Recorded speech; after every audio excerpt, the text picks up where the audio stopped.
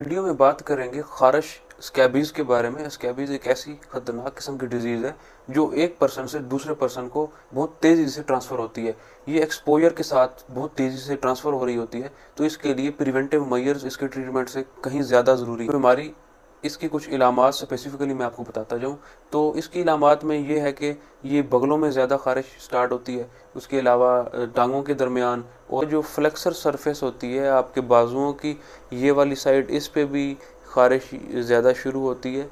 तो ये कुछ इब्तदाई इसकी इलामात हैं जिनसे ये ज़ाहिर हो रहा होता है कि आपको ये जो खारिश की मर्ज़ है ये लाक होने जा रही है, तो आप टाइमली इसका जो ट्रीटमेंट है वो आप शुरू करवा लें, तो आप इसकी मज़ीद जो कम्प्लेक्सिटीज़ हैं उससे आप बच सकते हैं। इसका ये घर में एक से दूसरे को लग सकती है। इसी तरह बच्चों में देखने को ये आया है कि वो स्कूल में उनका क्लोजनेस लेवल ज़्यादा होता है बच्चों का, तो वो उनसे एक बच्चे से दूसरे में ट्रांसफ़र हो जाती है।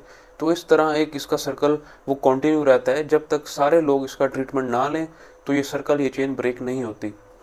तो इसके लिए आपको चाहिए यही है कि अगर घर में एक पर्सन भी इससे इन्फेक्ट हो चुका है तो ट्रीटमेंट सब पे मस्ट है, क्योंकि इसके सिम्टम्स को अपीयर होने में थोड़ा टाइम लग जाता है। एक्सपोजर से सिम्टम्स अपीयर होने में सम टाइम 10 दिन भी लग जाते हैं। तो आपको चाहिए यही है कि बर वक्त जैसे ही एक पर्सन आपका फैमिली में डायग्नोज हुआ है तो आप बर वक्त सब पर्सन फैमिली के इसका ट्रीटमेंट कंप्लीट करें।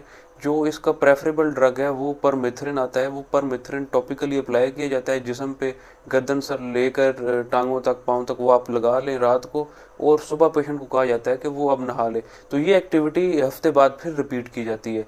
अगर इसके साथ कुछ और सिम्टम्स कुछ ज़्यादा सीवियर आपको देखने को मिल रहे हैं तो आप ओरल जो एवरमेक्टिन ड्रग है, आप वो एवरमेक्टिन भी प्रेफर कर सकते हैं according to the patient wait.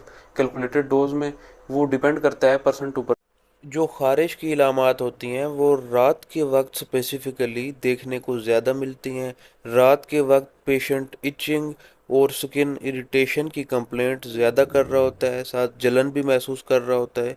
तो उसकी वजह यही है कि जिस्म के अंदर, खून के अंदर जो कॉर्टिसोल का लेवल होता है वो रात के वक्त कम हो जाता है, तो वो इसलिए ये प्रॉब्लम्स ज़्यादा देखने को मिलते हैं। दिन अगर खारिश की इलामात ज़्यादा हों तो कैलामीन जी लोशन वो आप स्किन के ऊपर अप्लाई कर सकते हैं, वो एक सूथिंग इफेक्ट देगा। का एक और मसला ये है कि ये जो स्किन के ऊपर वाली लेयर होती है, ये जो स्कैबीज है ये यहाँ से ये स्टार्ट होती है। ये पैरासाइट यहाँ पे जाके अपने जो एग होता है वो हैच करता है, और इधर से वो अपना जो डिजीज़ का पैटर्न है वो यहाँ से स्टार्ट कर रहा होता है।